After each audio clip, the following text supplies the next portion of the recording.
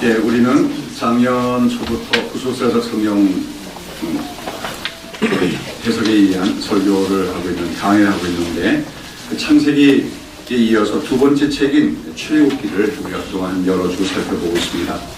우리가 이제 창세기 다음에 두 번째 이 책을 출애굽기라고 합니다만, 애굽에서 나온 이야기다, 그런 말이죠. 근데 사실은 이 두 번째 책의 제목은 출애굽기라기보다는 언약 수립기다 하는 명칭이 더 적합하다고 할 수가 있을 것입니다. 언약을 세운 이야기다.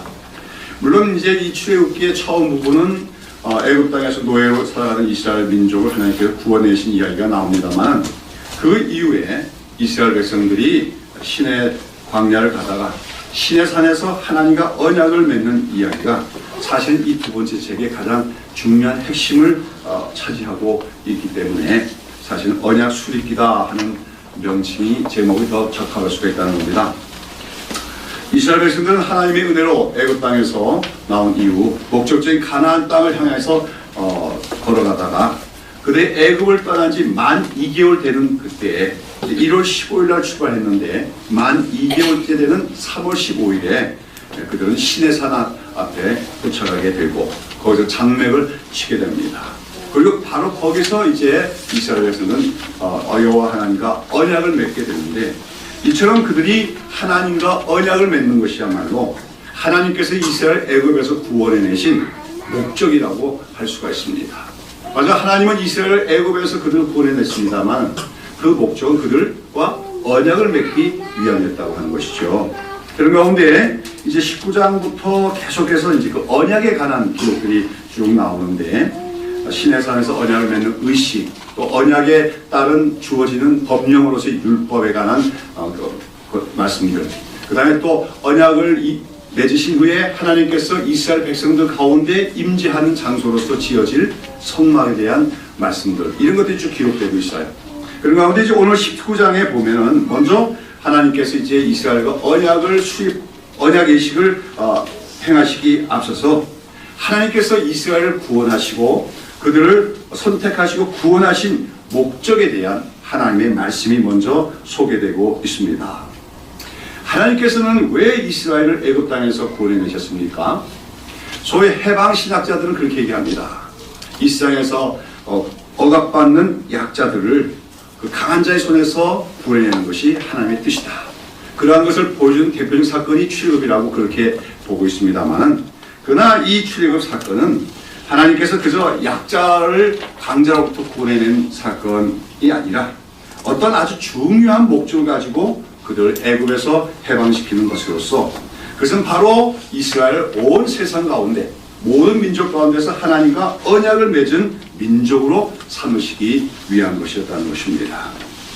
우리가 창세기에서 이미 살펴봤듯이 우리 인류의 조상인 아담이 하나님께 범죄하여 타락한 이후 모든 인류는 다 타락하게 되었는데, 그러한 하나님께서는 타락한 인류를 구원해내시는 귀한 계획을 세우시는 가운데 아브라함이라고 하는 한 사람을 먼저 부르십니다. 그리고 그와 언약을 맺으시고 장차 그의 후손들을 하나님의 백성으로 삼으시겠다고 약속하셨습니다. 그리고 아브라함과 그 후손들로 말미암아 이 땅의 모든 민족들이 복을 받게 될 것이다. 그 복이라는 건 바로 구원을 얘기하는 건데, 바로 아브라함과 그의 후손들로 말미암아 이 세상에 있는 모든 민족들이 하나님의 구원을 받게 될 것을 약속하셨습니다. 이처럼 이제 하나님과 아브라함 사이에 맺어진 언약, 이 언약을 아브라함 언약이라고 부르는데, 사실 성경 전체는 이 아브라함 언약이 성취되는 과정이다. 그것이 구속 역사의 과정이라고 얘기할 수가 있습니다. 그런 가운데 이제 하나님께서는 그 아브라함과 언약을 맺으신 때부터 약 400년 후에 이제 하나님께서는 그 언약을 이루시기 위해서 그 아브라함 후손인 이스라엘 민족을 애굽으로부터 불러내시고 그 시내산에서 언약을 맺으심으로써 아브라함의 후손인 이스라엘을 하나님의 언약 백성으로 삼고 계신 것입니다. 우리가 이제 창세기에서 봤듯이 아브라함의 손자인 야곱 때 야곱과 그의 70명 가족이 애굽에 내려가서 큰 민족이 되어집니다. 그리고 그때부터 이제 그들은 이스라엘 민족이라고 불리게 되고 그들은 하나님의 백성으로 불렸지요. 하나님께서 이미 시내산 언약을 맺기 전에도 이스라엘 가르쳐 나의 아들 나의 장자라고 말씀하시면서 이스라엘 민족이 하나님의 백성임을 말씀하셨습니다. 그러나 이제 시내산에서 언약을 체결함으로써 이제 그들은 비로소 정식으로 하나님의 백성이 되는 것이라고 할 수가 있습니다. 그러니까 말하자면 오늘 살펴보는 대로 이스라엘 민족이 시내산에서 하나님과 언약을 맺기 전까지 그들은 마치 하나님 여호와 하나님과 약혼을 한 상태였다고 볼 수가 있는 거지요. 그러다가 이제 이 시내산에서 언약을 맺는 그 언약을 통하여서 그들은 하나님과 정식으로 결혼식을 올리는 것과 같아. 그러니까 하나님과의 언약 결혼식과 같다고 할 수가 있다고 하는 것이죠. 그런 가운데 오늘 우리가 살펴보는 19장 1절부터 6절의 본문에 보면 이제 하나님께서 이스라엘과 언약을 맺으시면서 이스라엘 그처럼 하나님의 언약 백성으로 선택하신 목적을 선포하고 계신 것입니다. 4절에 보면 하나님께서 이스라엘 민족을 어떻게 구원해 내셨는가를 그들이 기억하게 하십니다. 하나님께서 이스라엘 민족을 노예로 사로잡고 있던 애굽 사람들에게 큰 재앙들을 내심으로써 이스라엘을 애굽에서 나오게 하셨습니다. 그리고 그 이후에 하나님께서는 독수리 날개로 그들을 업어 지금 그들이 도착한 곳까지 인도하셨다고 말씀하십니다. 그래서 독수리 날개로 업어 그들을 인도했다 하는 표현은 이제 큰 어미 독수리가 아직 날개짓도 제대로 하지 못한 자력으로 날 수 없는 그 새끼를 자기 날개로 큰 날개 아래 보호하기도 하고 또 그 날개에 얹어서 장소를 이동하는 것을 비유적으로 묘사하는 표현이죠. 여기서 말하면 이스라엘이 애굽에서 나온 이후에 2달간 광야길을 걸어서 이 시내산에 도착하기까지의 여정이 마치 어미 독수리가 그렇게 자기 스스로 날 수도 없는 새끼 독수리를 날개에 얹어서 옮기는 것 같은 과정과 같았다. 이렇게 말씀하고 계시는 거죠. 그렇습니다. 이스라엘 백성들이 애굽에서 나온 후 그들이 이까지 온 것은 그들의 힘으로 온 것이 아니라 하나님의 은혜와 하나님의 국률하신 보호하심으로 말미암아 시내산까지 도착했다고 하나님 말씀하고 계시지요. 이스라엘 백성들이 애굽에서 나올 때 홍해를 건넌 후에 아마 그들은 이제 자기들 앞에 아주 탄탄대로가 열리게 되고 가나안까지 가는 데서 큰 힘도 안 들이고 평탄하게 가게 될 것을 아마 그들은 기대했을 것입니다. 그러나 어땠습니까?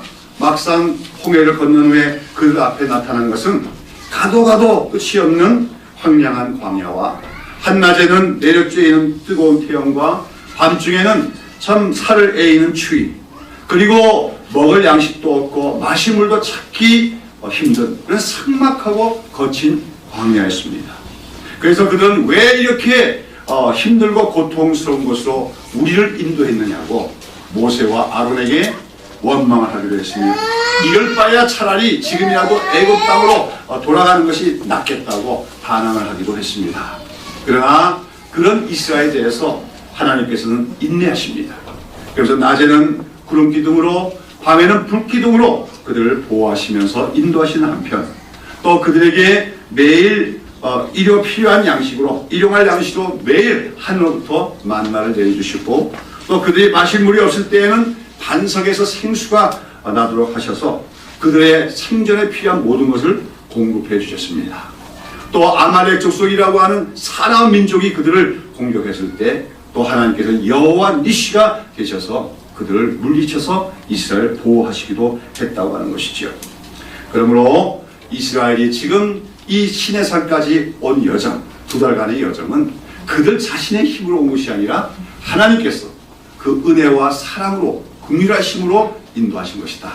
맞으면 어미 독수리가 그 날개에 새끼를 얹어 옮길 것과 마찬가지라고 말씀하십니다. 이것은 무엇보다도 이스라엘 백성들에게 이제 언약을 맺으셔서 하나님은 여호와 하나님은 어떤 분인가 할 때 그 여호와 하나님은 그처럼 이스라엘 향한 사랑과 긍휼과 은혜가 넘치는 하나님이심을 기억하라고 하는 말씀으로 볼 수가 있습니다. 그러면서 이제 하나님께서는 왜 그처럼 이스라엘 애굽 땅에서 구원해내시며 또 이때까지 은혜를 베풀어 오셨는지 그리고 그 목적에 대해서 이제 선포하시는데 그것이 바로 5절과 6절의 말씀입니다. 우리 다 같이 한번 같이 읽으시겠습니다. 5절 6절 세계가 다 내게 속하였나니 너희가 내 말을 잘 듣고 내 언약을 지키면 너희는 열국 중에서 내 소유가 되겠고 너희가 너희에게 대하여 제사장 나라가 되며 거룩한 백성이 되리라. 너는 이 말을 이스라엘 자손에게 고할지니라. 하나님께서 먼저 온 세계가 다 여호와 하나님께 속한 것임을 선언하십니다. 여기서 온 세계가 다 내게 속하였다 하는 이 말은 온 세계에 대한 하나님의 주권과 소유권에 대한 선포로서 하나님께서 이 말씀하신 것은 여호와 하나님은 단지 이스라엘 민족에게만 국한되는 그런 지역신이나 민족신이 아니라고 하는 뜻입니다.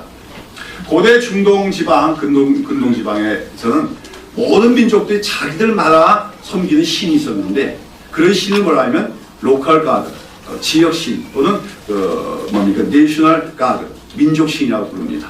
그래서 이제 그 신은 자기들 민족이 거주하는 지역에 존재하고 그러면서 자기 민족만 돌아보는 자기 민족만의 신으로 여겼는데 여호와 하나님은 비록 이스라엘의 하나님이라고 불리우지만 그러나 결코 이스라엘 민족에게만 주권을 행사하는 분이 아니라 전 세계, 온 세상 모든 민족에 대한 주권을 갖고 계시며 소유권을 갖고 계신 그런 초월적인 하나님이시다 하는 것을 하나님은 말씀하고 계신 것입니다.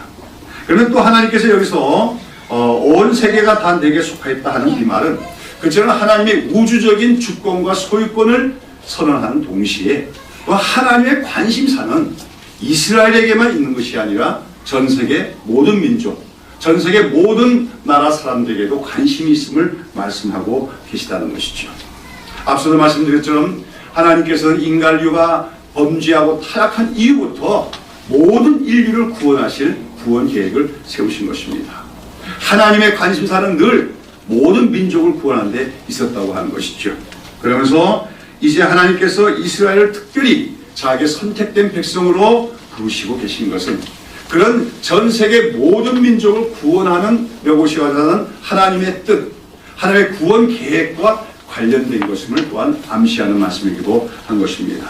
그러면서 하나님께서 이제 이스라엘을 특별히 선택된 민족으로 부르셔서 그들과 언약을 세우신다는 사실을 밝히시면서 그들이 이제 하나님과 맺은 언약을 잘 지키게 되면은 그들이 복을 받게 될 것을 말씀하십니다.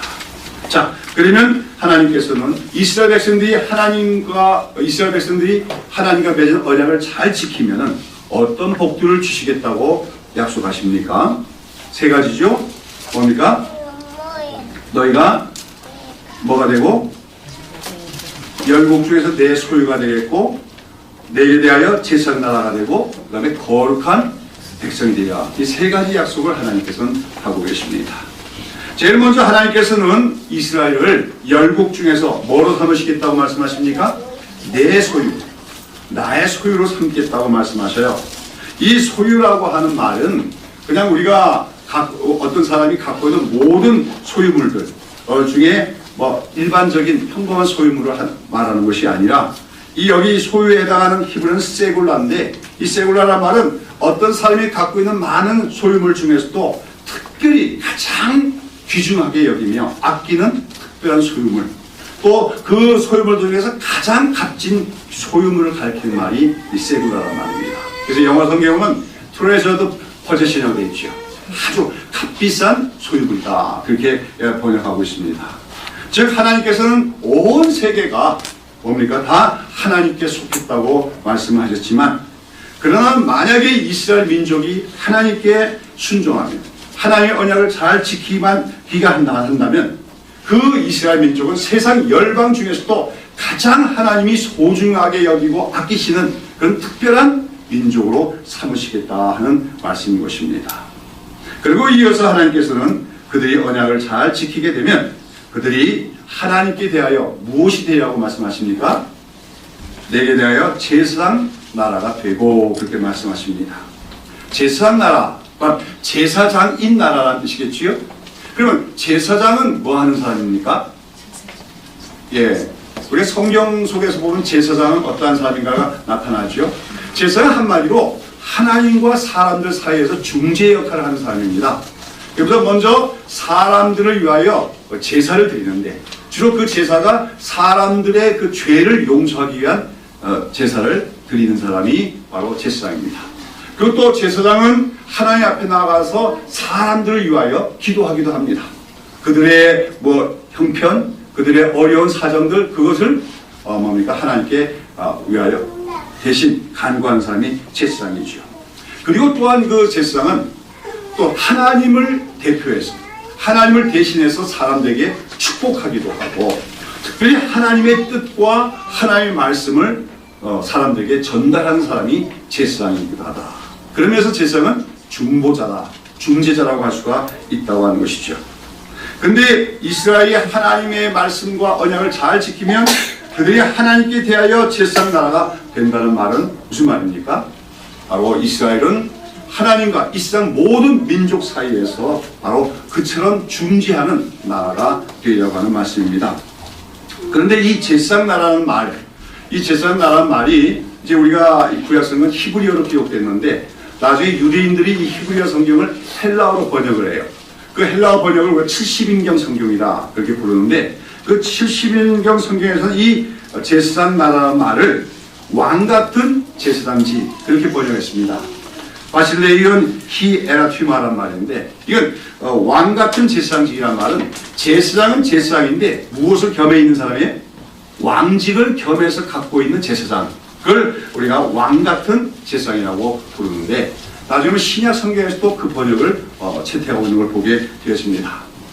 이스라엘은 하나님과의 언약을 잘 지키면 제사장 나라가 될 것입니다. 동시에 그들은 왕같은 제사장이 될 거다 하는 말은 뭐냐면, 그들이 하나님과 세상 나라 사이에서 제사장직을 행하는 그러한 나라와 민족이 되는 동시에 또 왕과 같은 민족이 되리라는 말씀입니다. 한마디로 세상 모든 민족 가운데 꼬리가 되지 않고 머리가 되고 으뜸이 되며 그 말은 통치권을 행사하는 그런 민족과 나라가 되리라 하는 말이 바로 왕같은 제사장직이라고 하는 말씀인 것입니다. 한마디로 하나님께서 이제 이스라엘이 내게 대하여 제사장 나라가 되리라 하는 이 말은 이스라엘이 하나님과의 언약에 충실할 때 세상 속에서 하나님의 영광을 나타내는 존귀한 나라가 될 것이며, 하나님의 그 구원 계획을 이루는 데 쓰임받는 도구가 되리라고 하는 말씀입니다. 여러분, 참 한때는 애굽에서 노예 생활을 하고 있었던 비천한 민족인 이스라엘이 이런 제사장 나라가 된다는 것은 얼마나 영광스러운 일입니까? 하나님께서는 이스라엘을 바로 그런 제사장 나라로 삼으시기 위해서 애굽에서 구원해내셨으며, 또 이때까지 광야길에서도 인도하고 보호해 주셨다고 하는 것입니다. 그런데 이처럼 여기서 하나님께서 이스라엘이 제사장 나라가 되리라 하는 이 약속은 일찍 이제 하나님께서 아브라함과 언약을 맺으시면서 주셨던 약속, 즉 땅의 모든 족속이 너로 말미암아 복을 받을 것이냐 하는 창세기 12장 3장에 나오는 약속과 일맥상통하는 약속입니다. 하나님 그때 아브라함으로 말미암아 세상 땅의 모든 민족이 복을 받을 것이라고 했는데, 이제 그걸 좀 더 구체화시켜서 아브라함의 후손이 이스라엘 민족이 제사장 나라가 될 때 바로 그들로 말미암아 세상 모든 민족들도 하나님의 복을 받게 되고 하나님의 구원에 이르게 되는 그 복의 통로로 쓰임 받게 될 것을 말씀하셨단 말에서 바로 이 이스라엘이 제사장 나라가 된다는 말은 아브라함 언약, 즉 아브라함 언약의 성취라고 할 수가 있다는 것이죠. 우리는 오늘 여기 본문 말씀 속에서 너희가 내게 온 세계가 내게 속하였는데 그런 가운데 너희가 내게 대하여 제사장 나라가 되리라 하는 이 말씀 속에서 우리는 먼저 이 세상 모든 민족에 대한 하나님의 깊은 관심을 발견해야 할 수 있어야 됩니다. 하나님께서 아브라함의 후손인 이스라엘 민족에게 특별한 은혜를 주셔서 그들을 애굽에서 구원해내셨습니다. 그런데 하나님께서 이스라엘을 그처럼 선택하신 것은 이스라엘 민족만 구원하시려고 하는 것이 아니라 그들을 말하면 전 세계 모든 민족을 구원하는 도구로 사용하시고자 하셨다는 것이죠. 그래서 우리는 이러한 이스라엘 선택을 어떤 선택이라고 말하시면 도구적 선택이다 그렇게 표현할 수가 있는 것입니다. 이스라엘만 구원하시는 것이 아니라 이스라엘 통하여 다른 민족들도 구원을 얻게 하시려고 하신다. 그러면서 이스라엘 하나님의 구원 계획의 도구다. 그러면서 이스라엘 선택을 도구적 선택이라고 할 수가 있다는 것이죠. 그러므로 이제 이스라엘은 하나님과 언약을 맺은 후에 자기들이 바로 그러한 하나님의 구원 계획을 이루기 위한 도구로서 부름받은 제사장 나라임을 늘 인식해야만 합니다. 그러면서 모든 나라와 민족들에게 하나님을 드러내며 하나님의 말씀을 선포하며 하나님의 영광을 나타내는 일을 통해서 모든 나라와 하나님 사이를 중재해서 그 모든 민족을 하나님께 인도하고 그 모든 민족들도 하나님을 알도록 해서 구원받게 하는 그런 사명을 갖고 있는 민족이 이스라엘이다 하는 것을 늘 그들은 인식해야만 한다는 것입니다. 자, 그런데 우리가 이제 쭉 이제 구속사 성경을 우리가 읽어 나가겠습니다만은 성경을 쭉 읽어보면 근데 이 혈통적인 이스라엘, 아브라함의 후손이라고 하는 이 혈통적 이스라엘은 이런 자로서의 사명을 감당을 합니까? 못합니까? 못하고 만다는 것이 구약 역사가 우리에게 말해주고 있는 것이죠.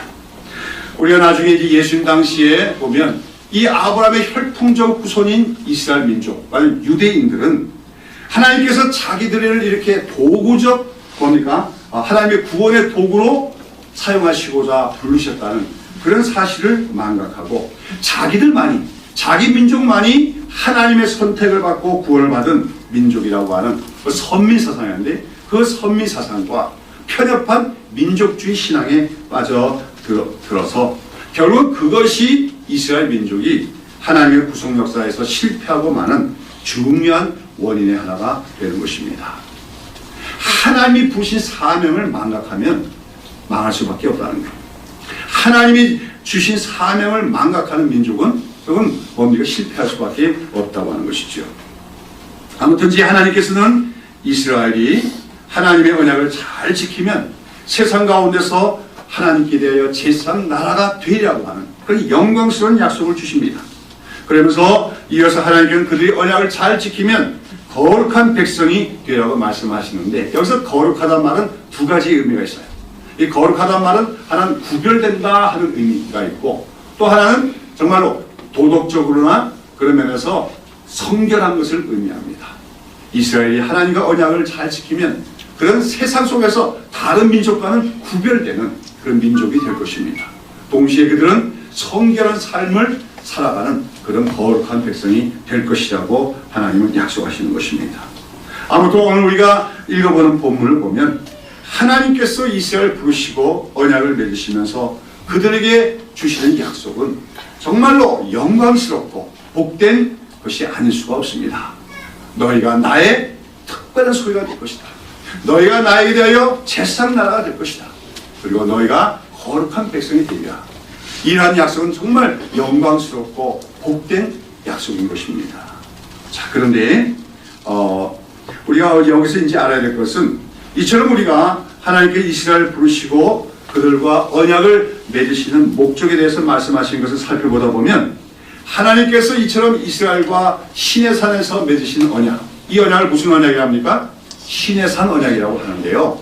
이 시내산 언약은 원래 하나님께서 그들의 조상인 아브라함과 맺으셨던 언약과 조금 차이가 나는 것을 우리가 발견할 수가 있습니다.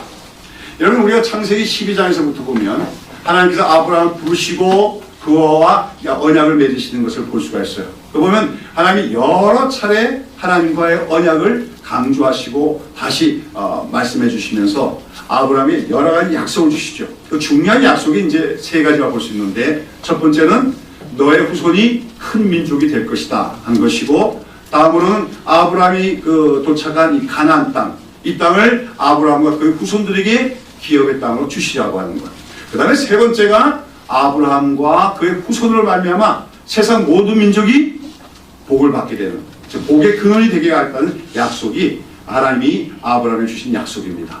근데 이걸 우리가 아브라함 언약을 하는데, 근데 그 언약 속에서 하나님께서는 아브라함에게 네가 나에게 이렇게 하면, 네가 나에게 이렇게 무슨 행위를 하면, 그러면 내가 그 대가로 너를 복의 근원으로 삼아주고 네 후손을 큰 민족이 되게 하고 이 땅을 기업으로 주시겠다고 말씀하지 않으십니다. 하나님 일방적으로 약속하십니다. 우리가 알다시피 창세기 나온 아브라함 보면 때로는 실패도 하기도 하고 어떻게 보면 좀 윤리적으로 문제가 있는 행동도 하는 사람이에요. 그러나 하나님은 일방적으로 너의 후손이 큰 민족이 되리라, 너와 네 후손에게 이 땅을 주리라, 그리고 너와 네 후손이 왜 복의 근원이 되라고 하는 약속을 일방적으로 주신다. 그래서 이러한 하나님께서 아브라함과 맺은 언약을 일방적 언약이라고 합니다. 그렇죠? 언약을 맺는 것은 쌍방의 언약을 맺는데 그 언약의 그 언약 당사자 중에 한쪽에서 다른 한편에 대해서 아무 조건도 없이 뭘 해주겠다고 약속하는 것, 이것을 우리가 일방적 언약이라고 하고 또는 줄여서 그냥 약속이라고도 하게 되어지는 것이죠. 자, 그런데 오늘 우리가 본문에 보면 하나님께서 이스라엘과 맺으시는 언약은 조금 다르죠. 그 조건이 따르고 있습니다. 어떤 조건이 따릅니까? 너희가 나에게 순종하면 그래요. 너희가 나의 언약을 잘 지키면 그랬는데, 이 언약을 잘 지킨다는 말은 이제 하나님은 이스라엘과 언약 예식을 치른 후에 그들에게 언약을 맺은 이스라엘 지켜야 될 법령으로서 뭘 주십니까? 십계명과 율법들을 주시게 됩니다. 그래서 이스라엘이 이제 그 하나님의 율법을 받아서 그걸 잘 지키고 하나님의 말씀에 순종하면 그것이 언약을 지키는 것이 되어지는데, 그렇게 이스라엘이 언약을 잘 지키면은 뭐가 되어갔어요? 너희가 내 소유가 되고 제사장 나라가 되고 거룩한 백성이 되리라고 하는 말씀입니다. 이 거꾸로 말하면 어떻게 되는 거죠? 만약 이스라엘이 불순종한다면, 하나님의 언약을 잘 지키지 않는다면 어떻게 된다는 거예요? 하나님의 특별한 소유, 하나님의 제사장 나라가 되지 못하리라. 그런 자격을 상실하고 말리라고 하는 조건이 붙어있는 것입니다. 그래서 이러한 조건이 붙어있는 언약을 우리가 쌍방 언약 또는 쌍방 계약이라고 부르게 되는데, 신해산 언약은 그런 쌍방 계약에 속하는 것이라고 하는 것이죠. 그런데 아까도 말씀드린 것처럼 우리가 구약 역사를 살펴보면 이 아브라함의 혈통적인 후손인 이스라엘, 다시 말해서 육적인 이스라엘, 그들은 이러한 하나님의 부르심과 부응하지 못합니다. 하나님께서는 이스라엘 백성들에게 맺으신 언약에 따른 법, 율법들을 주시만 그들은 그 하나님의 율법과 하나님의 말씀에 불순종함으로써 선택된 백성과 나라로서의 특권을 상실하고 마는 것이죠. 왜 그러면 그들이 그렇게 영광스러운 부르심을 받고서도 그 언약을 지키지 못하고 실패하고 마는가? 이것은 이제 제가 다음에 또 말씀을 드리게 될 것입니다. 결국은 이스라엘은 실패하고 만나 그러죠. 자, 그러면 이스라엘이 이렇게 하나님과의 언약을 세웠지만 그 언약을 지키지 못한다고 한다면, 하나님께서 이 세상 가운데서 어떤 민족을 제사장 나라로 삼으셔서 그들을 통해서 세상 모든 민족을 구원하시려고 하는 하나님의 구원 계획은 어떻게 되는 것입니까? 이스라엘의 실패로 말미암아 그런 하나님의 구원 계획도 실패로 돌아가고 마는 것입니까? 아니죠. 바로 이제 신약 성경은 그런 하나님께서는 육적인 이스라엘의 실패에도 불구하고 그러한 제사장 나라 또 왕 같은 제사장의 신분을 계승할 또 다른 이스라엘, 새로운 이스라엘을 예비하심으로써 인류를 향한 당신의 구원 계획을 실현해 나가시게 됩니다. 그리고 그처럼 혈통적인 이스라엘을 대신해서 왕 같은 제사장의 직분을 얻게 되는 사람들이 있는데, 그것이 누굽니까? 바로 신약 시대에 우리 그리스도를 말미암아 구원을 받은 우리 그리스도인들과 교회가 바로 그 제사장 나라 또는 왕 같은 제사장임을 성경은 말하고 있는 것입니다. 자, 우리 다 같이 신약 성경의 베드로전서 2장 9절과 10절을 읽어보도록 하겠습니다. 베드로전서 2장 9절부터 10절 다 같이 함께 읽겠습니다. 오직 너희는 택하신 족속이요 왕같은 제사장들이요 거룩한 나라요 그의 부속된 백성이, 이는 너희를 어두운 데서 불러내어 그의 기이한 빛에 들어가게 하신 자의 아름다운 덕을 선전하게 하려 하심이라. 너희가 전에는 백성이 아니더니 이제는 하나님의 백성이요 전에는 국류를 얻지 못하였더니 이제는 국류를 얻은 자니라. 자, 여기서 너희는 누구를 말하는 것입니까? 육적인 이스라엘, 유대인을 향해서 그렇게 부르고 있는 것입니까? 아니죠. 여기서 너희는 누굽니까? 바로 오히려 그 육적인 이스라엘, 즉 유대인들로부터 이방인이라고 불리우던 사람들로서의 그리스도인들을 말합니다. 자, 오늘 여러분과 저도 한국 민족의 한 사람으로서 그리스도인이 되었지요. 자, 그런데 유대인들이 보기에는 우리는 뭐예요? 이방인이었습니다. 이제는 하나님의 백성이 아니었던 자입니다. 그리고 그때는 우리가 하나님의 긍휼을 얻지 못했습니다. 그러나 이제 우리가 하나님의 백성이 되었고 하나님의 긍휼을 받게 되는 자가 되었는데 무엇으로 말미암은 것입니까? 예수 그리스도를 믿음으로 말미암습니다. 우리가 예수를 믿을 때 예수님의 그 피가 우리의 모든 죄를 용서하셨을 뿐만 아니라 우리를 하나님의 백성으로 삼게 하신 줄로 믿습니다. 그리고 동시에 우리가 이처럼 예수의 피로 구원을 받고 우리가 하나님의 백성이 될 때 동시에 우리는 무엇이 되는 것입니까? 왕같은 제사장이 되는 것입니다.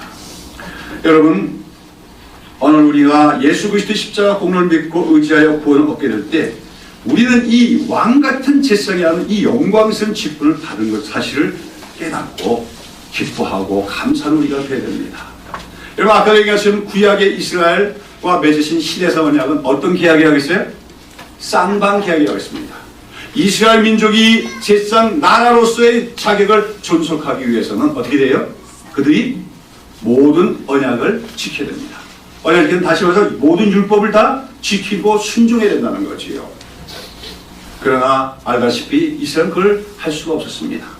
그러나 이제 우리는 어떻게 제사장 나라 왕 같은 제사장이 되는 것입니까? 우리의 행위나 율법을 지킴으로 우리가 그러한 영광스러운 직분, 제사장 나라가 되는 것이 아닙니다.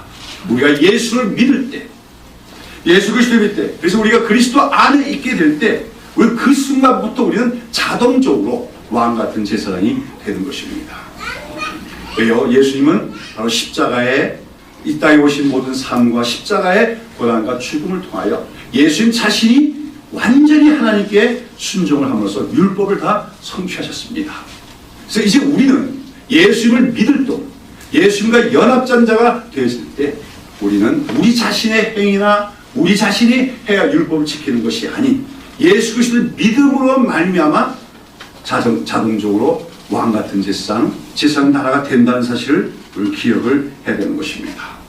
이것이 바로 시내산 언약과 예수님이 중보자가 되어서 맺으신 새 언약의 차이인 것입니다. 오늘 신약 시대의 성도란 말은 새 언약의 백성이라는 걸 얘기하는 거예요.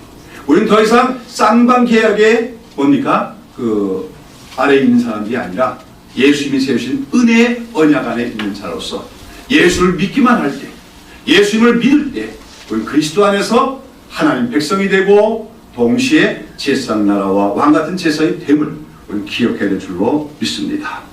그리고 또한 우리의 행위나 율법으로 말미암아 하나님과의 언약 관계가 유지되는 것이 아니라 오직 예수를 믿는 믿음으로 말미암아 하나님과의 언약 관계가 세워지고 그 언약 관계는 결코 그리스도 안에서 끊어질 수 없는 것임을 우리는 기억해야 하는 것입니다. 사랑하는 여러분, 오늘 여러분 예수님의 십자가의 공로와 그 피의 능력을 믿으십니까? 그렇다면 여러분 그 믿음으로 말미암아 구원을 받은 하나님 백성이 되었으며 이미 왕같은 제사장이 되었음을 기억하시기를 바랍니다. 여러분이 말씀에 순종하고 율법을 지켜야 비로소 제사장 나라 왕같은 제사장이 되는 것이 아니라 여러분이 예수를 믿고 구원을 받고 하나님의 자녀, 하나님의 백성이 되는 그 순간에 이미 왕같은 제사장이 되었음을 기억하는 우리가 되어야 될 줄로 믿습니다. 자, 여러분, 우리를 이처럼 그리스도 안에서 구원하시고 우리를 제사장 나라로 삼으신다는 것이 얼마나 놀라운 특권이며 축복이며 또 얼마나 영광스러운 일인가. 여러분 그것을 깨달고 계십니까? 앞서도 말씀드린 것처럼 제사장이란 하나님과 세상 사이의 중재자로서 우리는 이제 그냥 살아가는 게 아니라 이 세상 사람들 위하여 하나님 앞에 나가서 기도하는 사람이 된 것이며 하나님께는 그런 우리들의 기도를 듣고 응답하신다고 하는 것입니다. 사랑하는 여러분, 우리 그리스도인들 이 신약시대의 왕같은 제사장으로 부르심을 받은 우리 그리스도인들은 그저 저 하늘에 있는 천국에 가기 위해서 이 죄 많은 세상을 외면하고 죽을 날만 기다리며 살아가는 사람이 아닙니다. 여러분, 오늘 우리가 살고 있는 이 세상, 우리가 몸담고 있는 우리의 국가와 우리의 사회의 운명과 미래가 우리 그리스도인에게 달려있음을 우리는 알아야 됩니다. 특별히 우리는 우리가 살고 있는 이 땅을 위하여 늘 기도하는 사람이 되어야 됩니다. 이 땅에 많은 사람들이 위하여 기도하는 사람이 될 때 우리는 왕같은 제사장들이 되는 것이죠. 우리 이 땅을 위하여, 이 땅에 지금 오늘도 죄악이 점점 관영해지고 사람들이 날마다 탕팍해지는 것을 바라보면서 한탄하고 한심만 하는 자가 아니라 이 세상의 모든 죄악과 문제들을 짊어지고 하나님께 나아가며 기도하는 사람들이 되어야 할 것입니다. 성도들의 기도를 들으시고 제사장과 같은 하나님 백성들의 기도를 들으시고 하나님이 이 땅을 고쳐주시며 새롭게 하신다는 사실을 기억하시기를 바라는 것입니다. 그것이 바로 하나님께서 우리를 이 세상 가운데 왕같은 제사장을 부르신 뜻인 것입니다. 또 제사장은 어떤 사람이었습니까? 하나님을 대신해서 하나님의 뜻과 말씀을 선포함으로써 사람들에게 하나님의 어떠하심을 나타내며 사람들을 하나님께로 인도해야 될 사명이 있는 사람이 바로 제사장입니다. 앞서 우리가 읽은 베드로전서 본문에서 사도 베드로는 우리 그리스도인들이 하나님의 택하신 족속이요 왕같은 제사장들이요 거룩한 나라요 그의 소유된 백성임을 천명하면서 하나님께서 이처럼 우리를 제사장 나라로 부르신 목적은 우리를 어두운 데서 불러내어 그 기이한 빛에 들어가게 하신 자의 아름다운 덕을 선전하게 하려 하심이라고 말하고 있습니다. 선전하게 하십니다. 우리가 선전하는 사람입니다. 선전관들입니다. 우리는 영적인 제사장으로서 하나님의 그 아름다우신 덕, 하나님의 그 은혜, 하나님의 그 사랑, 이런 것들을 생각하게 선전하는 데서 살아가는 사람들이 되어야 된다는 것입니다. 그것이 바로 우리를 하나님의 영적인 제사장을 부르신 목적인 것입니다. 사랑하는 여러분, 오늘 사람들은 우리 그리스도인들을 통하여서만 하나님을 보게 되며 하나님을 알게 된다는 사실을 기억해야 됩니다. 우리가 거짓말을 하면 사람들은 하나님을 거짓말쟁이 신으로 알게 됩니다. 우리가 비윤리적인 삶을 살게 되면 사람들은 하나님도 비윤리적인 신이라고 생각하게 마련인 것입니다. 그런 가운데 우리는 거룩하고 성결한 삶과 특별히 우리가 서로 사랑하며 이웃들을 사랑하는 삶을 통해서 우리 하나님이 정말 긍휼이 많으시고 사랑이 풍성하신 하나님을 증거할 수 있어야 하는 것입니다. 특별히 우리는 은혜의 복음, 하나님의 은혜의 복음, 누구든지 예수 그리스도의 십자가 은혜를 믿기만 하면 구원을 주신다고 하는 이 복음을 증거함으로써 사람들을 하나님께로 인도하는 복음 증거에 힘써야 됩니다. 이것이 바로 하나님께서 우리를 세상 가운데 제사장 나라로 부르신 목적인 것입니다. 더불어서 제사장은 말 그대로 제사장은 제사를 드리는 사람입니다. 구약시대에 보면 성전에서는 날마다 제사의식이 벌어졌습니다. 그런데 우리의 이 신약시대의 제사장인 우리 그리스도인들은 어떻게 제사를 드립니까? 우리는 더 이상 구약시대에 성전에서 행하던 예식처럼 짐승을 잡아서 그 피로 제사를 드리는 그런 제사를 행치 않습니다. 우리가 이제 이 신약시대의 영적인 제사장으로 드려야 될 제사는 우리 몸을, 우리 자신을 하나님께 드리는 산제사를 하나님께 드리는 사람들이 되어야 되는 것입니다. 로마서 12장 1절에서 사도 바울은 이렇게 말합니다. 그러므로 형제들아 내가 하나님의 모든 자비하심으로 너희를 권하노니 너희 몸을 하나님이 기뻐하시는 거룩한 산제사로 드리라. 이는 너희의 드릴 영적 예배니라고 했습니다. 오늘 우리는 더 이상 짐승의 피로 어떤 의식을 따라 제사 드리는 자가 아니라 우리의 몸이라는 건 우리의 삶 전체, 우리의 인격 전체를 하나님께 날마다 드리는 그런 산제사를 드리는 영적인 제사장들이 되어야 된다는 것이죠. 그럼 구체적으로 우리가 그런 영적인 산제사를 어떻게 드릴 것인가? 그 대답이 바로 로마서 12장 1절 그 다음에 나오는 2절에 나옵니다. 사도 바울은 2절에서 이렇게 말합니다. 너희는 이 세대를 본받지 말고 오직 마음을 새롭게 함으로 변화를 받아 하나님의 선하시고 기뻐하시고 온전하신 뜻이 무엇인지 분별하라고 하십니다. 그렇습니다. 우리는 하나님의 제사장으로서 이 세상의 정신, 우리가 살고 있는 이 타락한 세상은 세상 정신이 있습니다. 이 세상 정신을 따라가거나 우리가 살아가고 있는 시대의 조류와 유행을 따라서 살아가는 사람들이 아니라 모든 일에서 하나님이 기뻐하신 뜻이 무엇일까? 그것을 분별해내고 그 하나님의 기뻐하신 뜻대로 살아가기 힘쓰는 사람이 되어질 때 그것이 우리가 바로 하나님께 산제사를 드리는 영적 제사가 될 수가 있는 것입니다. 가정에서도 직장에서도 하나님은 여기에 대해서 어떤 것을 기뻐하실까? 하나님이 기뻐하시는 우리의 삶은 어떤 것일까? 우리가 그 하나님의 뜻을 성경 말씀을 통해서 또 성령의 종을 통해 깨닫고 가정에서나 직장에서나 이웃들 가운데서나 하나님의 기쁘신 뜻대로 힘써 살아가고자 할 때 우리는 우리 몸을 하나님께 산제사로 드리는 제사장이 될 수 있는 줄로 믿습니다. 다음으로 우리는 기억해야 됩니다. 제사장 나라란 말은 또 왕같은 제사장과 같은 말이겠지요. 그러면서 왕같은 제사장의 말은 제사장인 동시에 왕인 사람을 가리키는 말이겠습니다. 그렇습니다. 우리 그리스도인은 세상 속에서 하나님과 세상 사이에 중재하는 제사장인 동시에 이 세상을 다신 왕이한 사실을 기억해야 될 줄로 믿습니다.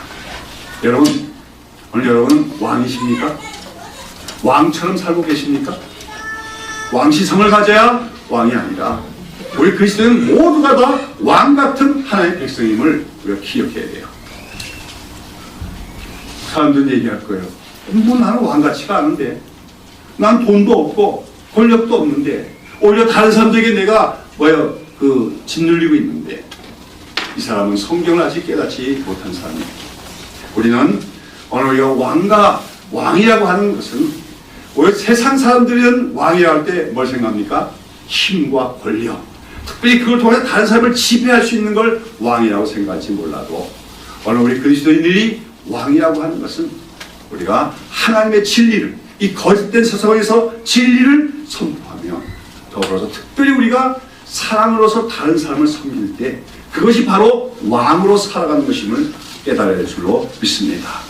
왜 그렇습니까? 왕의 왕은 우리 예수 그리스도십니다. 진정한 세상의 왕은 예수 그리스도인데 그리스도께서 이 땅에 오셔서 어떻게 사셨습니까? 진리의 말씀을 따라 사셨습니다. 진리를 선포하는 삶을 사셨습니다. 그러면서도 예수님은 가장 약한 자들, 가장 가난한 자들, 그들을 섬기는 삶을 사셨습니다. 끝내는 그 사랑을 실천하기 위해서 십자가에서 죽으시기까지 했습니다. 바로 그런 왕이신 예수 그리스도의 삶을 따라가는 것, 쫓아가는 것이야말로 우리가 오늘 이 땅 위에서 살아가면서 왕처럼 살아가는 것임을 기억해야 될 줄로 믿는 것입니다. 오늘도 기독교 안에 어떤 자들은 기독교인들도 출세하고 권력을 가져야 되고 부자가 되어야 왕같이 살 수 있는 것이다, 그렇게 주장을 하고 있습니다만 그건 성경적 사상이 아닙니다. 세속화된 그런 세상 사상에 불과한 것입니다. 오늘 우리는 비록 환난과 고난과 궁핍 가운데 있을지라도 우리가 진리의 말씀을 따라가며 살아가며 진리를 사람들에게 증거하며 특히 사랑으로서 다른 사람을 섬길 때 우리야말로 세상을 그리스도와 함께 통치하는 왕과 같은 존재임을 기억해야 될 줄로 믿는 것입니다. 여러분, 초대교회 성도들이 그랬습니다. 그들은 세상의 왕이나 권력자들에게 핍박을 받으며 고난을 받기도 했습니다만 그런 고난 가운데서도 자기들이 하나님의 부르심을 받은 영적인 제사장들이며 또한 진리와 사랑을 따라 사는 삶을 통하여 그리스도의 통치에 지금 참여하고 있는 자다 하는 그런 확신과 자부심을 갖고 살았다고 하는 것입니다.